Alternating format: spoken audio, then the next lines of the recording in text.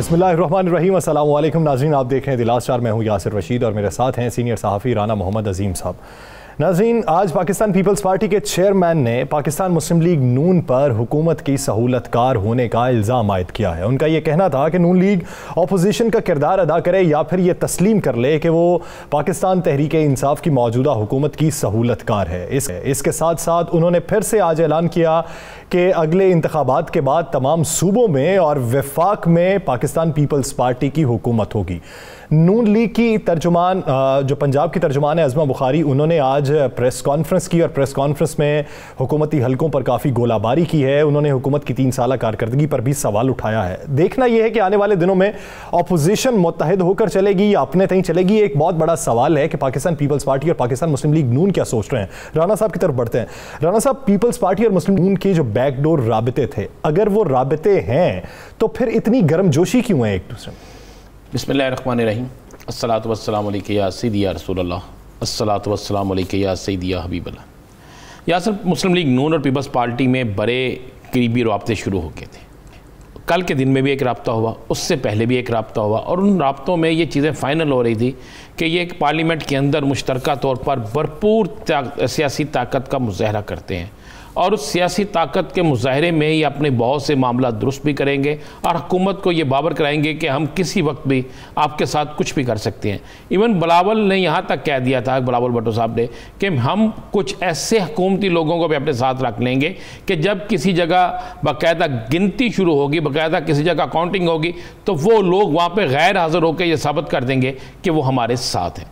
यहाँ तक मामला चल रहे थे। इन मामलात का असल जो सूरत हाल है कि एकदम तेज़ी क्यों आ गई, मुस्लिम लीग नून की तरफ से भी तेज़ी आई, पीपल्स पार्टी की तरफ से भी आई। जब पीपल्स पार्टी और मुस्लिम लीग नून की कुर्बत के हवाले से, करीबी कुर्बत के हवाले से जनाब मौलाना फजलुर रहमान साहब को पता चलता है कि ये तो बहुत ज़्यादा करीब जा रहे हैं और शहबाज शरीफ कराची में हम मुझे कुछ कह के आता है, कराची के जलसे के अगले दिन कुछ और कहता है और उसके बाद 3-2 जो टेलीफोनिक गुफ्तगू होती है उसमें कुछ और मामला होता है और अब तो ये बिल्कुल उल्ट कर रहा है, जिस पर मौलाना फजलुर रहमान साहब जो है वो बाकायदा मियाँ मोहम्मद नवाज शरीफ को फ़ोन करते हैं। वो उन्हें कहते हैं कि जनाब अब आगे फैसला आपने करना है कि पीपल्स पार्टी को अपने साथ रखना है आपके भाई ने या मुस्लिम लीग या हमें रखना है। सही। मेरे ज़राए कहते हैं कि जिस पर मियाँ नवाज शरीफ ने उन्हें कहा आप थोड़ा वेट करें, आप ही को साथ रखना है। शहबाज शरीफ साहब से बात होती है, शहबाज शरीफ साहब से बात के बाद शहबाज शरीफ साहब को बावर करा दिया जाता है कि पीपल्स पार्टी के साथ प्यार मोहब्बत की जो कुर्बतें आप बढ़ा रहे हैं ना, इसको ख़त्म कर दें। अब वो कासद जो पीपल्स पार्टी और नून लीग में कासद के तौर पर इस्तेमाल हो रहा था, आ रहा था, एक दूसरे के पैगाम रसानी कर रहा था, पैगाम पहुँचा रहा था, फिर गुफ्तगू भी करा रहा था, मामलात को करीब लेके जा रहा था, बड़ा लैंडलॉर्ड आदमी है, बड़ी मारूफ शख्सियत है, उसको भी पैगाम चला जाता है कि अब बस अगर पार्लियामेंट के अंदर कोई बात करनी होगी तो उस वक्त करेंगे, अब राब्ते आप ख़त्म कर। चलें फिर उसका नतीजा भी देख लेते हैं कि आज क्या निकला। पहले वो गुफ्तगू मुलाहिजा कर लेते हैं बिलावल भुट्टो जरदारी ने जो गुफ्तगू की है नून लीग के बारे में, फिर इशू को आगे बढ़ाते हैं। गुफ्तगू कीजिए। ये दोगला पॉलिसी नहीं चलेगा। या आप अपोजिशन का हिस्सा में खड़ा हो, अपोजिशन का रोल अदा करे, या आके ऐलान करे कि आप हुकूमत के सहूलतकार हो। तो राना साहब ये देखिए, ये बिलावल भुट्टो जरदारी कह रहे हैं, मौलाना फजलुर रहमान ये कह रहे हैं कि पीपल्स पार्टी ही वो जमात है जिसने पीडीएम को तोड़ा। एक तरफ वो बाकायदा तौर पे एतराफ़ कर रहे हैं कि अपोजिशन टूट चुकी है, दूसरी तरफ बिलावल का ये पैगाम। देखिए यासर, मैंने तो आपको एक खबर दे दी है कि ये पैगाम आज उस वक्त हुआ है जब कासद को ये पता चल गया, कासद के जरिए बिलावल तक पैगाम पहुंच गया कि बिलावल साहब टूट गई तरक करके कि अब आगे नहीं चलेगी, अब आप अपनी अपनी खेलें। तो उसके बाद बिलावल का आज के जो फिक्र हैं आप उस पर गौर करें। बिलावल ने कहा जी ये दोगली पॉलिसी नहीं चलेगी। अब भाई पहले भी तो आप इनकी मुखालफत कर रहे थे, पहले आप दोगली पॉलिसी नहीं कह रहे थे, दोगली पॉलिसी है। बिलावल को तो गुस्सा आ गया कि भाई मुझसे कहते हैं जी ठीक है, और फिर मौलाना साहब की बात पे फौरी कह देते हैं। और आज मौलाना साहब ने उस पर सारी चीज़ें भी कह दी और मौलाना साहब ने तो ये भी कह दिया ना यासर कि जहाँ से बिलावल को इशारा हुआ था वहाँ से मुझे भी इशारा हुआ, मुझे भी ऑफर हुई थी। तो एक बात तो आप फिर मान लेना, मुस्लिम लीग नून स्टैब्लिशमेंट से राब्ते में, बिलावल स्टैब्लिशमेंट से राब्ते में, तो मौलाना फजलुर रहमान स्टैब्लिशमेंट से राब्ते में, तो फिर खाली इमरान खान को क्यों देते हैं जी ये ताने? जब ये सारे उनसे राब्ते करते हैं फिर मुखालफत भी उनकी करते हैं, क्यों करते हैं? देखे ना यासर, मन की मुराद पूरी नहीं होती इसलिए करते हैं भाई। हर बंदे की हर रोज मुराद पूरी तो नहीं ना होती, उसके लिए दुआएं काफी लंबी मांगनी पड़ती हैं, नीयत को साफ करना पड़ता है। जब मुझे एक बात है, गंदे बर्तन में अगर दूध नहीं डलता तो फिर किस तरह आप समझे कि आपकी मांग जो है, आपकी दुआएं उस तरह कबूल हो जाए कि जब आपके अंदर कोई चीज़ गलत हो, अंदर गंद हो, तो ये नहीं होता। जिसने पूरी करनी है वो भी तो देखता है सारा कुछ। तो इन सब के राब्ते थे। लेकिन मैं आपको बताता चलो एक बात, बिल्कुल आने वाले दिनों में बहुत सी चीज़ें फिर आनी है। याद है आपको पिछले दिनों में एक चीज़ निकली थी कि 4 number gate, 3 number gate, 6 number gate से कौन कौन जाता था, किस तरीके को कौन कितने बजे गया था। शेख रशीद साहब ने भी कहा था, बड़ा शोर मचा था।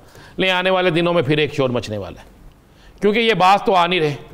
अपनी सियासत करें, सियासत में अमल जो है एक दूसरे के साथ रखें, सियासी लड़ाई लड़ें, क्योंकि ये बाज नहीं आ रहे मुख्तलिफ अदारों को, पाकिस्तान के अहम तरीन अदारों को तनकीद का निशाना बनाने पे। तो अब इनके भेद खुलने वाले हैं। और ख़ुद मौलाना साहब अपने मुंह से इकरार कर गए हैं कि मुझे भी ऑफ़र हुई थी वहाँ से।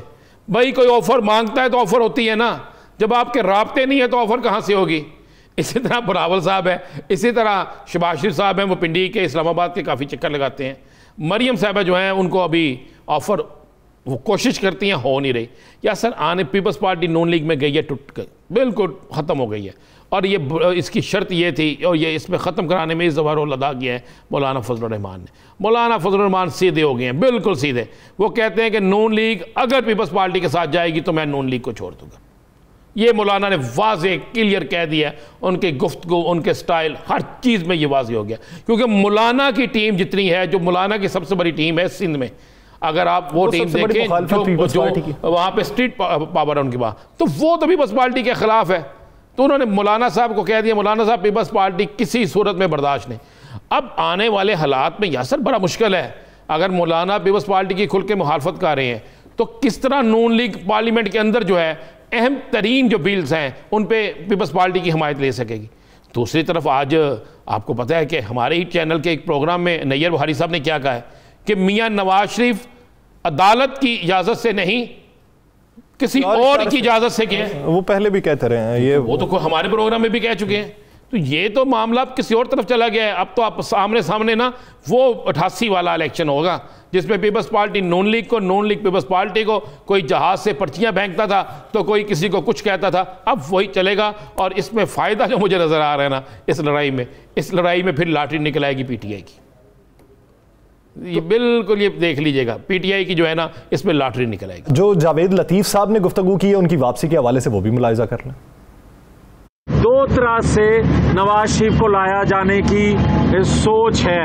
एक तो ये है कि नवाज शरीफ जो है वो पाकिस्तानी कौम को इस भंवर में फंसे हुए देखकर बाहर नहीं रह सकता, वो इस कौम की क़यादत करने के लिए खुद आ रहा है। एक और भी हल है, हल ये है, निकालने वाले ये समझ रहे हैं कि नवाज शरीफ के अलावा इस भंवर से इस पाकिस्तान को कोई निकाल नहीं सकेगा, ये मिन्नत करके लेकर आएंगे। राना साहब, निकालने वाले ये समझ रहे हैं कि पाकिस्तान को इस मुआशी गिरदाब से कोई और नहीं निकाल सकता, वो नवाज शरीफ निकाल सकता है। इशारा जो दे रहे हैं जावेद लतीफ़ साहब, क्या कमेंट करेंगे इस पर? देखिए जावेद लतीफ़ साहब मेरे बड़े अच्छे तल्लुकात हैं, मेरे भाइयों की तरह हैं। तो जावेद लतीफ़ साहब ने भी तो सियासत करनी है ना, तो सियासत में तो ऐसा होता है। इंडिया दे दिया कि इस साल वापस। देखिए मैं मियाँ नवाज शरीफ पर प्रेशर बढ़ा है। देखिए प्रेशर बहुत है, बड़ा प्रेशर है। याद करें हमने कहा था कि अगले 3 से 4 माह में अगर उनके मामला तय हो गए, मामला तय हो नहीं रहे ना। ये जो कह रहे हैं ना कि वो चाहते हैं, जिन्होंने बाहर भेजा है वो चाहते हैं कि ये ज़बरदस्त है, यही आके संभाले। और मियाँ नवाज शरीफ साहब जो है मौजूदा सूरत हाल में आवाम को इस तरह दुखी देखता हुआ नहीं देख सकते। सुबह की फ़्लाइट लें आ जाए, भाई दिक्कत क्या है? नहीं देख सकते तो किसने रोका हुआ है? क्या वहाँ की गवर्नमेंट ने रोका है? क्या इनको भाई रोका? मरियम खुद क्या कहती है, अगर आप मरियम का शॉट भी वो चला दे, जो पिछले दिन उन्होंने कहा कि इस साल हुकूमत के सामने वो नहीं आएंगे, यही कहा था ना जी। तो फिर मुझे बताएं आप ये फैसला कर लें। मैं समझता हूँ कि क्या जावेद लतीफ़ की बात बरी है या मरियम की बरी है? अगर मरियम, यहाँ तो ये नहीं पता चलता मियाँ शहबाज शरीफ साहब के तर्जुमान की बात बड़ी है या पंजाब के तर्जुमान की। बस इसी तरह है ना। आज आप देखें ना, बेचारी उस्मा बुखारी साहब को अलहदा प्रेस कॉन्फ्रेंस करनी पड़ी और बाकी लोगों को अलहदा प्रेस कॉन्फ्रेंस करनी पड़ी। यही तो एक चीज़ें हैं जो चल रही हैं। या सर अभी मियाँ नवाज शरीफ नहीं आ रहे, मियाँ नवाज शरीफ साहब उस वक्त तक नहीं आएंगे जब तक उन्हें 10% भी इस बात की यकीन दहानी नहीं होती कि उनकी मामला तय हैं, उनको किसी ना किसी तरह से रिलीफ मिलेगा। ये ज़हन में रखें। तीसरी बात उसने कह दी है कि जनाब वो चौथी दफ़ा वज़ीर-ए-आज़म बने। किस तरह बनेंगे भाई, किस तरह बनेंगे? ये सारी चीज़ें सियासी नज़र में शायद यकीन दहानी वो जिन्होंने बाहर भेजा है वो ये करवा रहे हैं कि हम जो नाअहली है वो भी ख़त्म करवा देंगे। या सर फिर आप असल बात पूछना चाहते हैं तो मैं आपको असल बात बता देता हूँ। मियाँ नवाज शरीफ साहब के तीन कासद उनके जो हैं मुख्तलिफ वक्तों में मिल चुके हैं।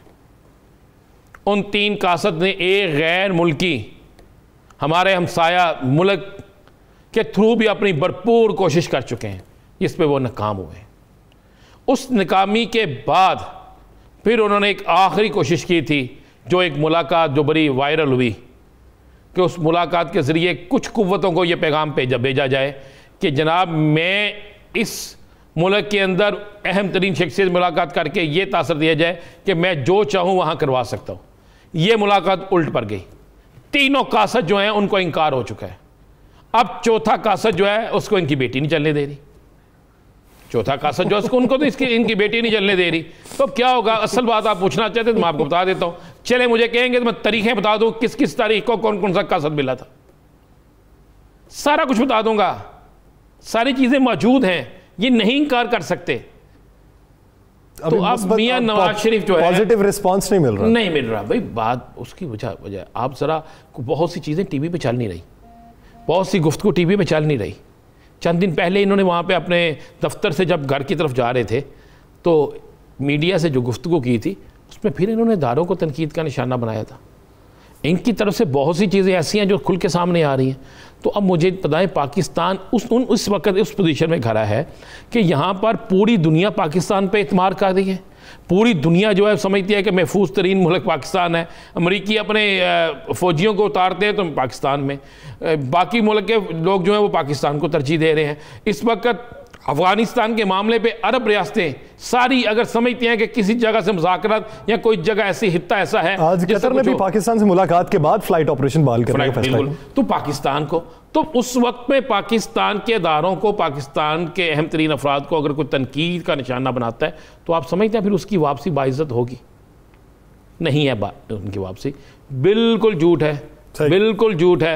मियाँ जो लतीफ़ साहब शायद भूल गए हैं कि जब तक मियाँ साहब को ग्रीन सिग्नल नहीं मिलेगा, और ये ग्रीन सिग्नल ही जो है ना उनकी दवाई है, उनकी जो मेडिसिन है जो एकदम तबीयत ठीक होनी है, ग्रीन सिग्नल प्लेटलेट्स हैं। हाँ बिल्कुल इसी तरह। तो वो अभी नहीं मिल रहा, अभी दूर दूर तक नहीं है। ये अब आपको बिल्कुल कह रहा हूँ। तीन कासद, मैं आपको बता रहा हूँ कि तीनों कासद नाकाम हुए। उन तीन कासदों में से एक बहुत बड़ा मारूफ शख्स है और उसका बड़े अहम अदारों से तल्लक भी रहा है। अब तीन कासिद नाकाम हो चुके हैं, चौथे कासिद को मरियम नवाज साहिबा चलने नहीं दे रही हैं। अभी ग्रीन सिग्नल मिलने के इम्कानात दूर दूर तक दिखाई नहीं दे रहे। देखें कि ग्रीन सिग्नल कब मिलता है और वापसी कब होती है। नाज़रीन, दीगर सियासी मंजरनामे में बात करेंगे एक शॉर्ट ब्रेक के बाद। Stay with us.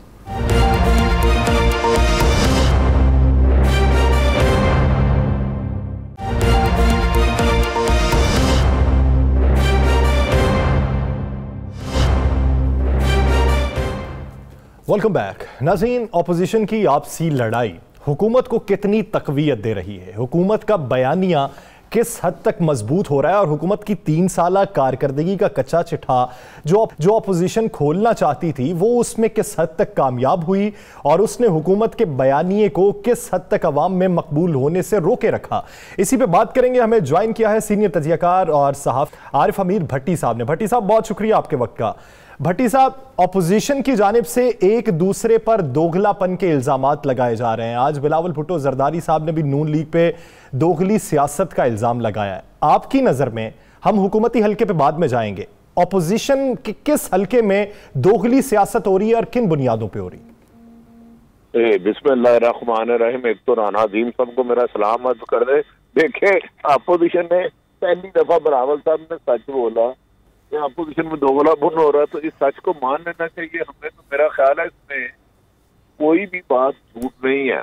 बहुत कम लीडर हमारे काबिल तमाम सियासतदान सच बोलते हैं, और बिलावल ने कहा कि अपोजिशन दोगलापन कर रही है तो वो कर रही है। पीपी को ऑलरेडी एनआरओ मिल चुका है, इसमें दो राय ना थी, ना है, ना हो सकती है। नून लीग कोशिश कर रही है क्योंकि इधर अवाम की लड़ाई लड़ कोई नहीं रहा, सिर्फ जो माल लूटा हुआ उसको बचाने के लिए और महफूज रखने के लिए और आइंदा जेल ना जाने के लिए एफर्ट्स करनी है। अगर ये अवाम की लड़ाई लड़ रहे होते कि अवाम को तलीम देनी है, सेहत देनी है, साफ देना है, साफ पानी देना है, जो 38 बुनियादी कॉन्स्टिट्यूशन में है इंसान अवाम के राइट वो देने हैं, तो शायद कामयाब हो जाते। तो मेरा ख्याल है अपोजिशन ये बात ठीक एक दूसरे पर इल्जाम लगा रही है कि दोनों दोगलापन कर रहे हैं। बड़ी साहब, मौलाना फजलुर रहमान भी कहते हैं कि जो बिलावल को ऑफर्स हुई थी वो ऑफर्स हमें भी हुई थी, तो इसका मतलब है कि मुत्तहिदा अपोजिशन का हर शख्स जो है वो रिलीफ लेने के लिए या कोई ना कोई NRO लेने के लिए किसी न किसी जगह राब्ते कर रहा है। मैं राना साहब आपको 2000% यकीन से कहता हूँ, राना सुना मौलाना फजलुर रहमान ने बारहा का अल्लाह का वास्ता है मैनू दबाओ मैनू दबाओ मैनू दबाओ, मुझे हुक्म करो। जब ये आपको याद होगा कि 1 साल पहले या कुछ अर्सा पहले इस्लामाबाद अपना लेके गए थे, वो लॉन्ग मार्च और धरना किया था जिसकी इन्वेस्टमेंट मुल्की और गैर मुल्की थी, वो इन्होंने राना अजीम साहब के कहने पे, आरफ मीत भटिया माम के कहने पे नहीं किया था, ताकतवर हलकों पे किया था। उन्होंने कहा था कि हम आपको नैब की गिरफ्त से बचाएंगे, आपका लूटा हुआ माल नहीं रहेंगे। आपको याद होगा मौलाना को नैब में बुलाया था तो मौलाना ने कहा था नैब को जूते की नोक पे लिखता हूँ, जूते की नोक पे नहीं, ताकतवर हलकों के पाँव पकड़ के उन्होंने अपने लिए NRO ले लिया हुआ है। और ना मौलाना के केस क्यों नहीं खुल रहे मुझे बताएं आप। तो ये सारे माल बचाओ, औलाद बचाओ, लूटा हुआ माल बचाओ, और बस तंग है कि पहली दफा किताब का पे चलो शफाफ तो नहीं है लेकिन शुरू भी क्यों हुआ। भट्टी साहब, जावेद लतीफ साहब का आज कहना है कि ये तासुर दिया जा रहा है कि पीपल्स पार्टी को लाया जा रहा है, ये तासुर किस तरफ से? अच्छा देखे, जावेद लतीफ साहब को राना अजीम साहब बहुत अच्छी तरह जानते हैं, वो कैसे आए क्या जीते। ये तो पहले भी कमेंट नहीं कर रहे, मैंने सवाल किया, इन्होंने कहा बहुत करीबी ताल्लुकात है, इन्होंने उस तरीके से खुल के कमेंट नहीं किया। वो इन्होंने वही बात की है ना, जावेद लतीफ साहब को जो पुराने जानते हैं और बहुत ज्यादा जानते हैं, लेकिन इत्तेफाक है अब वो MNA बन गए हैं। उन्होंने बड़ी मेहनत की अपने हलके में, कमो बेश कहने वाले कहते हैं 30-40 करोड़ रुपया इलेक्शन पे लगाया। तो इतनी रकम लगाने के लिए अगर मेरे घर में बिजली का बिल ना आए, बिजली भी आती रहे, गैस का बिल आए, गैस भी आती रहे, तो ताकत मेरे पीछे ही होगा ना। मैं अपनी बात करूं, मैं किसी की नहीं कर रहा, लेकिन उनकी कोई ऐसी बात नहीं है। अभी देखें 2 साल सियासत में बहुत दूर है, सियासत में कोई भी बात हतमी नहीं होती, मेरी अपनी राय है। कल का दोस्त आज का दुश्मन, आज का दुश्मन कल का दोस्त, ये हमारी हिस्ट्री है।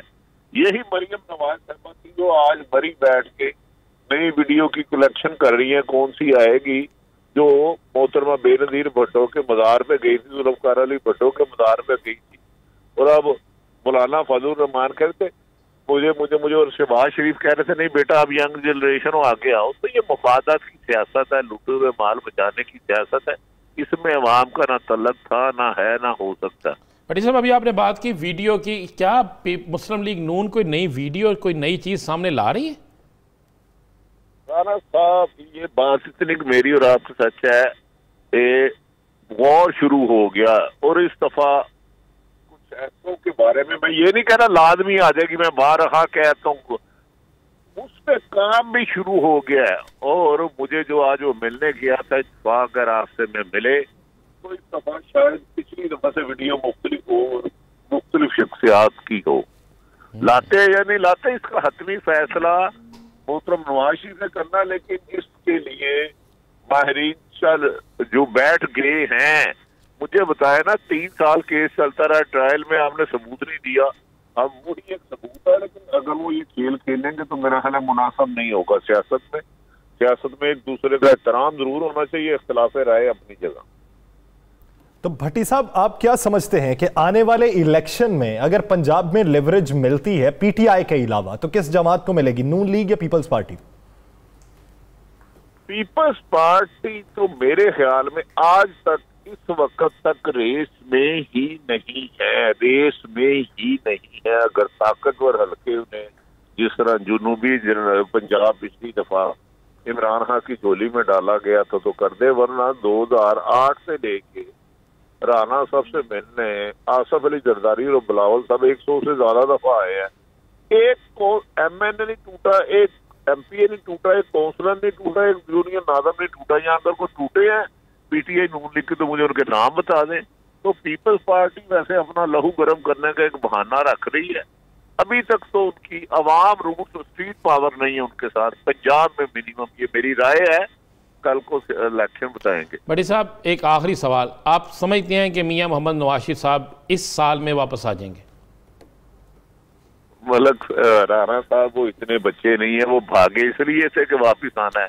हाँ, वो जो स्कीम लड़ा रहे हैं वो स्कीम लड़ गई, वो चीज आउट हो गई और उसमें गैर मुल्की ताकतों का सिर्फ शरारतन कहूंगा बहुत बड़ा हिस्सा है। अगर अफरा तफरी हो गई जो उनके ख्याल में हो सकती है किसी गैर मुल्की, अदरवाइज याद रख लें जब एक खास साहब है जिसने 2023 में आना है, इमरान नवाज शरीफ साहब सब आएंगे। यहाँ जो वो एक चाल चल रहे हैं अगर वो कामयाब हो गई उसमें इमरान खान ट्रैप हो गया, हालात गड़बड़ हो गई, अदरवाइज नवाज शरीफ पाकिस्तान नहीं आएंगे। यानी आपके नज़दीक जाल फैलाया गया, अगर जाल में फंस जाते हैं इमरान खान साहब तो फिर नवाज शरीफ साहब वतन वापस आएंगे। बहुत शुक्रिया आरिफ हमीद भट्टी हवाले से अपना वक्त देने के लिए। नाज़रीन, इसी बीच हमें ज्वाइन कर चुके हैं पाकिस्तान मुस्लिम लीग नून के सीनियर रहनुमा, तर्जुमान अपोजिशन लीडर कौमी असम्बली मलिक अहमद खान साहब। मलिक साहब, बहुत शुक्रिया आपके वक्त का। मलिक साहब, आपने गुफ्तगू कुछ मुलाहिजा की होगी आरिफ हमीद भट्टी साहब की। सवाल उनसे किया गया क्या नवाज शरीफ साहब वापस आएंगे, और यह सवाल इस बुनियाद पे किया गया कि जावेद लतीफ साहब ने इशारा दिया कि इसी साल नवाज शरीफ साहब वतन वापस आ जाएंगे। एक तो वो किन बुनियादों पे उन्होंने ये बयान दिया कि वो वतन वापस आ जाएंगे, और दूसरा आरिफ हमीद भट्टी साहब की तज्जिए पे आप क्या राय रखते हैं? जी, आपका बहुत शुक्रिया। देखिए, मेरी इत्तला के मुताबिक तो मियां साहब के जो डॉक्टर्स का फैसला होगा उसके मुताबिक उनकी वापसी का फैसला होगा। अगर डॉक्टर्स ये इजाज़त देंगे या उनके इलाज को वो समझेंगे कि अब उनका मजीद वहाँ पे इलाज करना और मकसूद नहीं है, तो फिर उस वक्त उनकी वापसी का फैसला होगा। तो मलिक साहब, अब तक की रिपोर्ट क्या है? अब तक मियाँ साहब का इलाज जारी है? क्या डॉक्टर साहब कहते हैं, डॉक्टर साहिबान, कि उनका इलाज अभी जारी रखना है? देखिए साहब, जो अभी रिसेंट पास्ट में एक लेटर कोर्ट में भी दिया और जो गवर्नमेंट को भी दिया, और वो जो आपके सामने मीडिया स्क्रीन्स पे भी चला, तो उसमें तो जो डॉक्टर लॉरेंस के खत के मुताबिक तो भी उनके मजीद वहाँ पर इलाज की जरूरत है, और वो उन्होंने अपनी अंडर ऑब्जर्वेशन भी रखा हुआ है, और उनकी जो ट्रीटमेंट है वो जारी है। जी वहाँ तो मलिक साहब, हम क्या जावेद लतीफ साहब के बयान को अहमियत ना दें, जो उनका कहना है कि जिनके इशारे पे वो बाहर गए थे वो ये समझते हैं कि अब वो वतन वापस आकर इस कौम की भागदौड़ संभालेंगे? ये मियां साहब बेहतर बता सकते हैं, मेरे पास कोई ऐसी इत्तला नहीं है। अगर मियां साहब के पास खबर है तो वो ऑब्वियसली किसी जिम्मेदार पोजीशन से बात कर रहे होंगे, but I am not Cognizant of it. Malik साहब, आज बिलावल भुट्टो जरदारी बड़े बरसे, उन्होंने अपोजिशन लीडर से कहा कि आप दोगलापन कर रहे हैं, आप या इस तरफ रहें या इस तरफ रहें। तो अचानक बिलावल का ये बयान, दोगलेपन का लफ्ज़ अदा करना, और चंद दिन पहले ये अफवाहें चल रही थी कि बड़े करीबी राब्ते हो गए हैं और अपोजिशन जो है ये पार्लियामेंट के अंदर मुत्तहिद होकर चलेगी, और आज के बिलावल के इस बयान के बाद आप क्या समझते हैं, क्या अपोजिशन में मज़ीद दरारें नहीं बढ़ गई? नहीं, देखिए हाँ साहब, आप भी जानते हैं कि अपोजिशन की जो जमातें हैं, अगर बिलफर्ज आप मुस्लिम लीग और पीपल्स पार्टी को ही लें, तो इनकी अपनी अपनी सियासी फिक्र है, मुआशी फिक्र है, एक मुहासमत की तारीख भी है।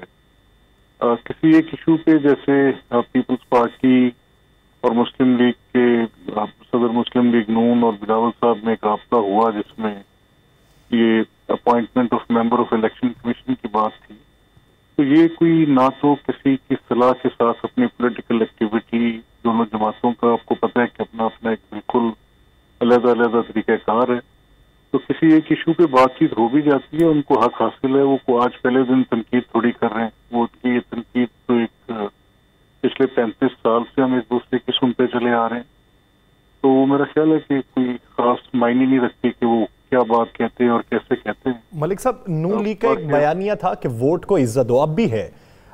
इसकी हिमायत पाकिस्तान पीपल्स पार्टी ने भी की थी जब पीडीएम का प्लेटफॉर्म था, लेकिन अब बिलावल भुट्टो क्या राय रखते हैं वो पहले मुलाहिजा कर लीजिए, आपकी तरफ आता हूं।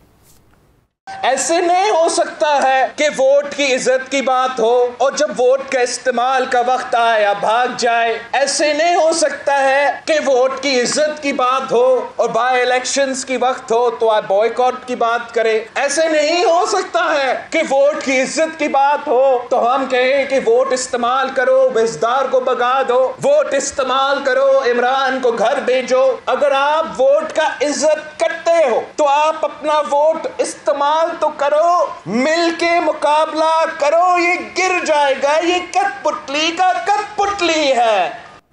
मलिक साहब क्या राय रखते हैं इस बयान पे?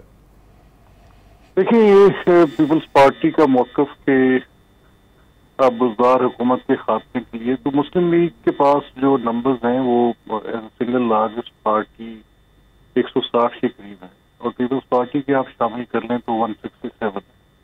अगर वोट की इज्जत की बात है तो फिर उसके साथ ये भी तय है कि आपने उन बुनियादी असूलों पे जो कि जमहूरी तौर पे बड़ी मॉरल पोजीशन पे आपने खड़े होकर वोट की इज्जत की बात करनी है। और अगर ये हो कि उनकी with in the government party कोई फॉर ब्लॉक बनेगा तो फिर बिलावल साहब की स्कीम कामयाब हो सकती है ना।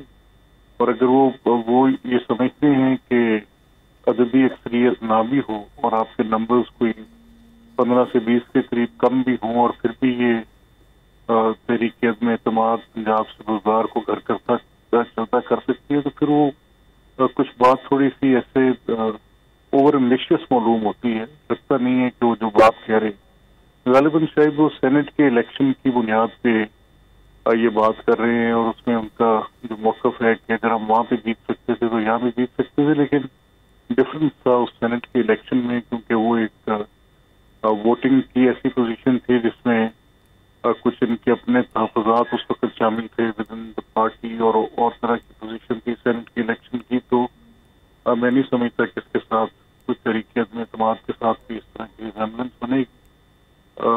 मेरा ये ख्याल है कि बिलावल साहब अपनी जो बात वोट की इज्जत के दो को इसके साथ जोड़ रहे हैं तो वो तो गालिबन वोट की इज्जत दो की टोटल नफी हो जाएगी। अच्छा, फिर पीडीएम का जो क़याम था उसके आपने नकात देखे जो 22 नकात थे। उसमें बुनियादी बात तो ये थी कि पीडीएम सिविल राइट्स की, डेमोक्रेटिक राइट्स की, बुनियादी इंसानी हकूक की, इनकी एक मूवमेंट के तौर पे चलेगी और चाहे वो लॉन्ग ड्रॉन हो। हुकूमत का बीच में रहना या जाना एक कॉन्सिक्वेंशियल बात थी कि उसमें क्या होगा क्या नहीं होगा। तो मेरा ख्याल ये पूरी स्कीम ऑफ थिंग्स पे बिलावल साहब को दोबारा गौर करना चाहिए। क्या आप समझते हैं कि आने वाले दिनों में पीपल्स पार्टी और नून लीग दोबारा किसी एक मामले पे इकट्ठे हो सकते हैं? ये तलख जो गुफ्तगू हो रही है या तलख बातें हो रही हैं ये ख़त्म हो सकती हैं? दरअसल ये तो एक सियासी कारकुन की हैसियत से मैं समझता हूँ कि इश्यूज बेस्ड बातचीत होती है। कोई दुश्मनी की दरारें नहीं, कोई इतनी डीपन नहीं होनी चाहिए, इतनी खलीज गहरी ना हो जाए कि आपकी बातचीत खत्म हो जाए। इश्यूज के ऊपर बातचीत होनी भी चाहिए। अब अगर वो पीडीएम से अलग हो गए तो पीडीएम अपनी पोजीशन ले चुकी है, बड़ी क्लियर पोजीशन ले चुकी है। मलिक साहब, आज ख्वाजा साद रफीक साहब ने भी बड़ा एक बयान दे के कहा है कि बिलावल इस हद तक न जाए कि वापसी का रास्ता ही ख़त्म हो जाए। तो मुस्लिम लीग नून के अंदर भी तो एक बड़ा सख्त इस पर रिएक्शन आ रहा है ना, तो इस पर अपोजिशन लीडर क्या सोच रहे हैं? बिल्कुल दुरुस्त बात है। ख्वाजा साहब ने दुरुस्त कहा कि एक कम अज कम एक ऐसी सूरत जिसमें एक दूसरे का अदब और एहतराम मलूज़ खातिर रहना चाहिए, इसमें कोई शक नहीं है। बाकी पॉलिटिकली आपकी पोजीशन देखें ना, एक पोजीशन इमरान खान ने ली हुई, उन्होंने बाकी जो कुछ किया है वो किया है, लेकिन इस पॉलिटिकल माहौल के अंदर जितनी हेट स्पीच को उन्होंने बढ़ाया है वो आप जानते हैं। फिर कितनी उसमें द्रोह का अंसर शामिल है वो भी आप जानते हैं, किस हद तक हकीकत क्या है वो भी आप जानते हैं। और इस सारी सूरत हाल में अगर ये मजीद फर्दर ये खराबी इसमें पैदा होती है और ये और इस तरह की सूरत हाल बने कि जो सियासी ज़ोमा हैं उनकी गुफ्तगू के अंदर इतनी तलखी हो, बाहर के ये तो एक उनकी अपनी बात है। मलिक साहब, एक आखिरी सवाल। बिलावल भुट्टो जरदारी कहते हैं कि अपोजिशन लीडर कोई बात करते हैं पीछे से आवाज़ आती है, उनकी ज़ाती राय है। आज आपने हुकूमत की 3 साला कारकर्दगी पर मुस्लिम लीग नून के दीगर रहनुमाओं के हमरा प्रेस कॉन्फ्रेंस की, लेकिन उसके बाद फिर अज़मा बुखारी साहिबा की भी एक प्रेस कॉन्फ्रेंस आ गई। एक ही पार्टी की 2 प्रेस कॉन्फ्रेंसेस, इसको क्या समझे? ये देखिए, ये बड़ी रूटीन की बात है, कोई ऐसी इसमें कोई ऐसी चीज नहीं है। वो उसकी वजह ये है कि जब पहले दिन में प्रेस कॉन्फ्रेंस हुई, उसका मकसद वो हमारा एक रिसर्च विंग है, उसका एक तैयार करदा वाइट पेपर देना था। अज़मा बीबी हमारी पार्टी की सेक्रेटरी इतलात हैं, उन्होंने फयाजुल हसन की स्टेटमेंट के जवाब में प्रेस कॉन्फ्रेंस की, बड़ा मुनासिब किया। या तो हमने देखा है कि दिन में 4-6 प्रेस कॉन्फ्रेंसेस, 2 वज़रा उठते हैं, 2 आके बैठ जाते हैं, एक कहीं से करते हैं, कहीं से करते हैं। तो वो तो आपके बिल्कुल आजकल मीडिया स्क्रीन पे सारा दिन प्रेस कॉन्फ्रेंसेस ही हैं। तो अच्छी बात है, जितनी ज्यादा लोग वोकल हों विद इन द पार्टी, जितने ज्यादा लोग पार्टी की जितनी ज्यादा आवाजें हों उतनी ही ज्यादा अच्छी हैं और उतनी ही बारूब ज्यादा हो सकती हैं। बहुत शुक्रिया अहमद खान साहब इस हवाले से अपना वक्त देने के लिए। नाज़रीन, अफगानिस्तान की मौजूदा सूरत हाल पे बात करेंगे एक शॉर्ट ब्रेक के बाद। Stay with us.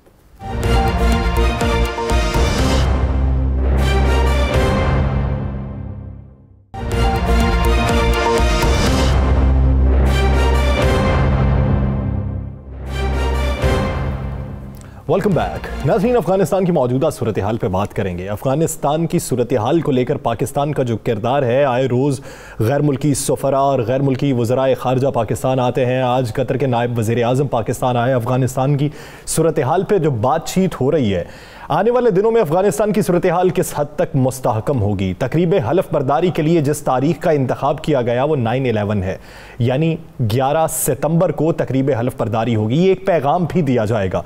इस पूरे मंजरनामे में बात करने के लिए हमें ज्वाइन किया है पाकिस्तान मुस्लिम लीग ज़िया के सरबरा एजाजुल हक साहब ने। एजाजुल हक साहब, बहुत शुक्रिया आपके वक्त का।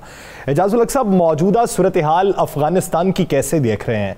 एक तरफ पॉलिसीज़ पे भी तनकीद हो रही है, कुछ पॉलिसीज़ जो अभी जिनका बाकायदा तौर पे ऐलान किया जा रहा है, और दूसरा अभी जो पूरी कैबिनेट तश्कील नहीं पाई गई उस पे भी कुछ ममालिक को तहफ़्फ़ुज़ात हैं और कुछ ने तस्लीम करने का इंदिया दे दिया है। मंजरनामा किस हद तक बेहतर होता देख रहे हैं?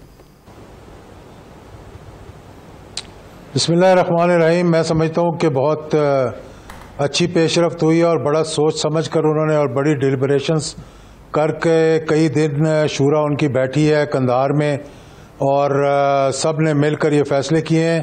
33 रुकनी उनकी जो काबीना सामने आई है उसमें आप देखेंगे कि एक तो वो ब्रॉड बेस्ड है, जिसको इंक्लूसिव हमारे वज़ीर ख़ारजा साहब बार बार लफ्ज़ इस्तेमाल कर रहे थे कि उन्होंने अपना चीफ ऑफ आर्मी स्टाफ जो बनाया है वो ताजिक ओरिजिन का है, और बाकी वो लोग हैं हर शोबे में, जैसे कि फॉरेन मिनिस्टर जिनको बनाया मुत्तकी साहब, उनका बड़ा ज़बरदस्त रोल था निगोसिएशंस में दोहा के अंदर अमेरिका के साथ। इसी तरह से उन्होंने इंटीरियर मिनिस्टर जिसको बनाया है सिराजुद्दीन हक्कानी साहब, उनका एक बड़ा किरदार था जहाद के अंदर।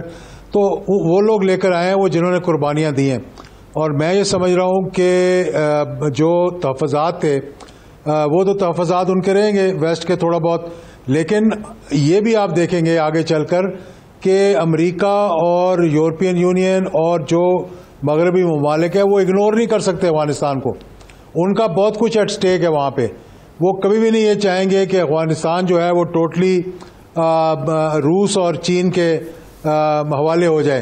तो इसलिए शुरू में तो अभी वो अपनी शर्मिंदगी कम करने के लिए ज़रा थोड़ा बहुत तहफ़्फ़ुज़ात का इजहार कर रहे हैं, लेकिन आगे चलकर ये सारी चीज़ें जो सामने आ रही हैं, जिस तरह के अमेरिका का वहाँ से इनखला करना, मतलब इस तरीके से जिस तरीके से मतलब दुनिया की तारीख में आपने कभी नहीं देखा होगा, लेकिन ये सारी चीज़ें जो थी ये दोहा एग्रीमेंट के अंदर एक तरह से इन पे तय पा चुकी थी कि किस तरह से निगोसिएशंस होगी, किस तरह से इनखला होगा और आगे चलकर क्या करना है।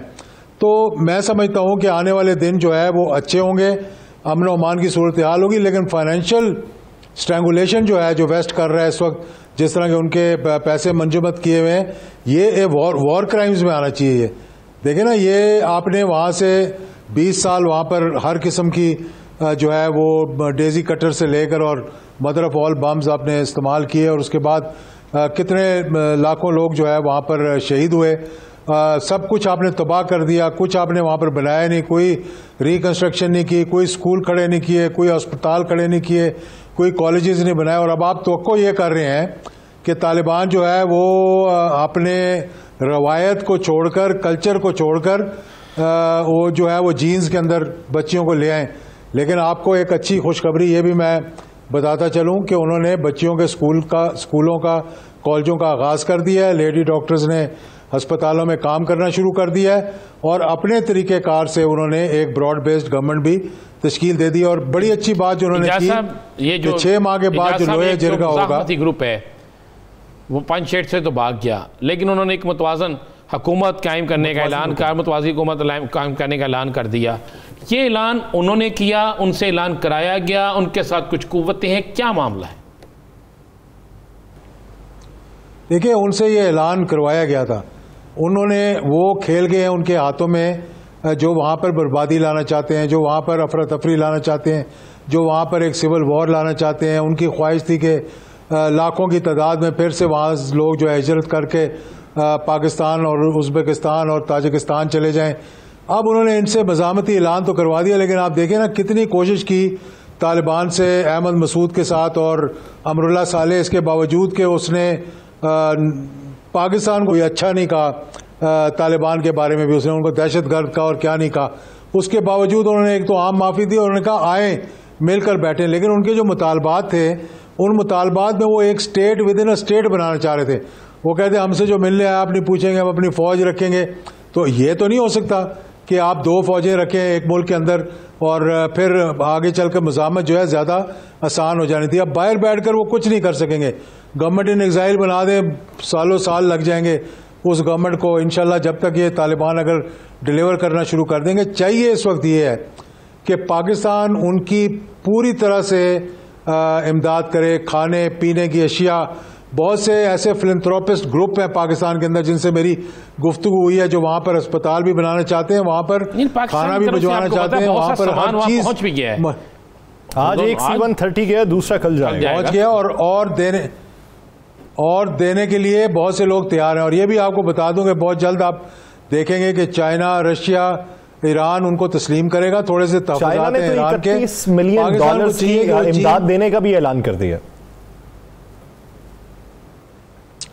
अजीम साहब, 3 ट्रिलियन जो डॉलर्स के वहां पर मदनियात हैं और वहां पर सारी दुनिया की नजरें लगी हुई हैं। चाइना चाहेगा, रशिया चाहेगा कि वहां पर जाकर वो जितनी जल्दी उनके साथ ताल्लुकात अच्छे कर कर वहां पे जिस तरह फ़ायदा उठाना चाहेंगे, अच्छे ताल्लुकात कायम करना चाहेंगे। और फिर सबसे बड़ी बात है कि सबसे ज़्यादा तहफ़्फ़ुज़ात तो चाइना को होने चाहिए थे कि अगर तालिबान से उनको ख़तरा होता, क्योंकि उनके बिल्कुल बॉर्डर के साथ ही वो इलाके हैं जो कि चाइना, जहाँ पे मुसलमान बहुत ज़्यादा है। तो उन्होंने चाइना को भी सेटिस्फाई कर दिया है, पाकिस्तान को भी सेटिस्फाई कर दिया है और अपने सेंट्रल एशिया के ममालिक को भी कि हमारी ज़मीन किसी के खिलाफ इस्तेमाल नहीं होगी। हाँ, अमेरिका के बहुत से वहाँ पर CIA के जो काबिल में या अफगानिस्तान के अंदर मुजाहरे हो रहे हैं, उनके पीछे बैरूनी कुव्वतें शामिल है, गैर मुल्की कुव्वतें हैं, कौन सी किसकी तरफ इशारा है? वो उसमें शक ही कोई नहीं है। उसमें अमेरिका, हिंदुस्तान और अमेरिका के जितने हवारी हैं वो पैसा भी वहाँ भेज रहे हैं और वो कोशिश भी कर रहे हैं। इस वक्त आप देख लें कि जो हमारी डॉलर जो डिवैल्यूएशन हो रही है वो इसी वजह से कि पाकिस्तान से सारे डॉलर फ्रंटियर से, पेशावर से जो बड़ी मार्केट है वहाँ की, वहाँ से ख़रीद कर वहाँ भेजे जा रहे हैं अफगानिस्तान के अंदर। तो वो चाह रहे हैं कि मज़ामत वहाँ पर हो, लेकिन ये ज़्यादा देर नहीं चलेगी। अभी तो तालिबान ने हुकूमत शुरू की है ना करनी। जब वो 1-2 इक़दामात उठाएंगे, आप देखेंगे कि ये बिल्कुल खामोशी के साथ ऐसा डिसिप्लिन पैदा होगा कि जो दुनिया देख कर आशा शूट करेगी। क्योंकि उन्होंने माजी के अंदर भी ये करके दिखाया था। पॉपी कल्टीवेशन 0 पे ले आए थे, वहाँ पे कोई बगैर सिक्योरिटी के ना असला रख सकता था ना गोली रख सकता था।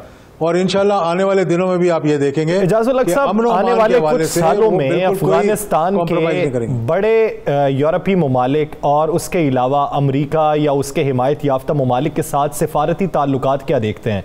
आज उनके जो पॉलिटिकल तर्जुमान है सुहेल शाहीन, उन्होंने चाइना के एक टीवी को इंटरव्यू देते हुए कहा कि हक्कानी ख़ानदान के बेशतर अफराद के नाम जो ब्लैक लिस्ट पर रखे गए हैं दोहा मुआहिदे की खिलाफ वर्जी है। इशारा क्या दिखाई दे रहा है आपको?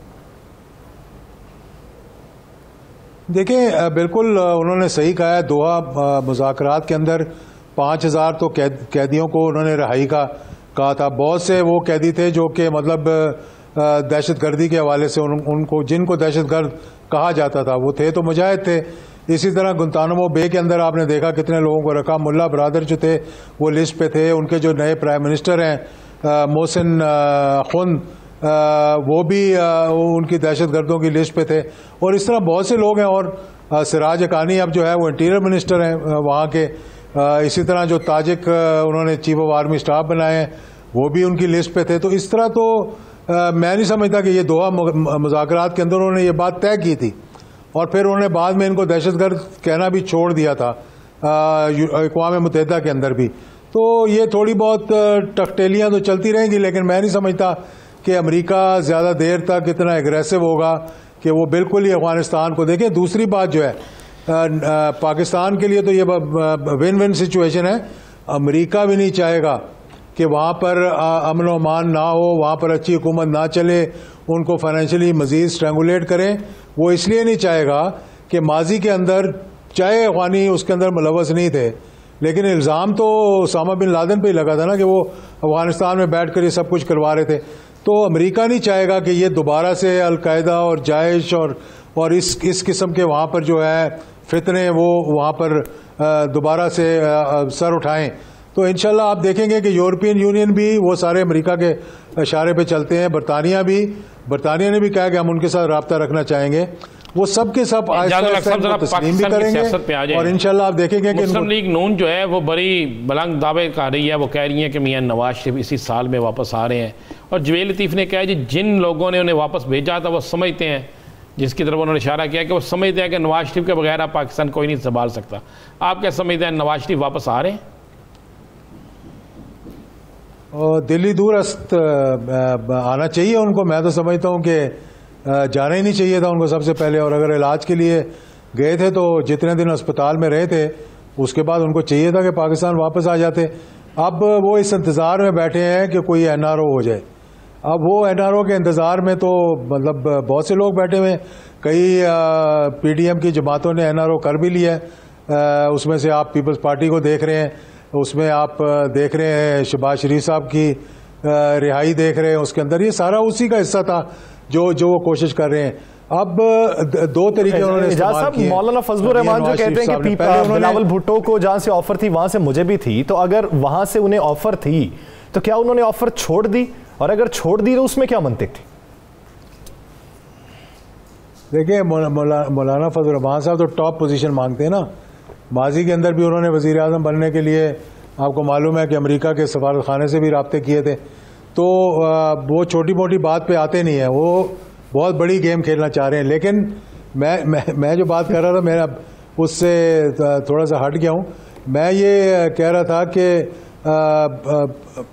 इनको चाहिए कि PMLN जो है वो भी इस वक्त NRO की तलाश में है। पीपल्स पार्टी ने तो कुछ ले लिया है, वो अब प्रो एस्टेब्लिशमेंट गेम खेलनी शुरू कर दी उन्होंने। और मैं समझ रहा हूँ अच्छा किया उन्होंने, क्योंकि पाकिस्तान के अंदर एक मुस्बत सियासत होनी चाहिए। नवाज शरीफ साहब ने दो तरीके इस्तेमाल कर रहे हैं। वो एक तरफ तो वो एग्रेसिव होकर फौज को बुरा भला कहकर डायरेक्ट जो है वो नाम लेकर कह रहे थे। और फिर जिस तरह वो उसको इनका जो था नेशनल सिक्योरिटी का एडवाइजर मोहिबुल्ला क्या नाम था उसका, जो जिसको मिले वो लंदन के अंदर अब्दुल्ला मोहिब, पाकिस्तान, ये सारे टैक्टिक्स थे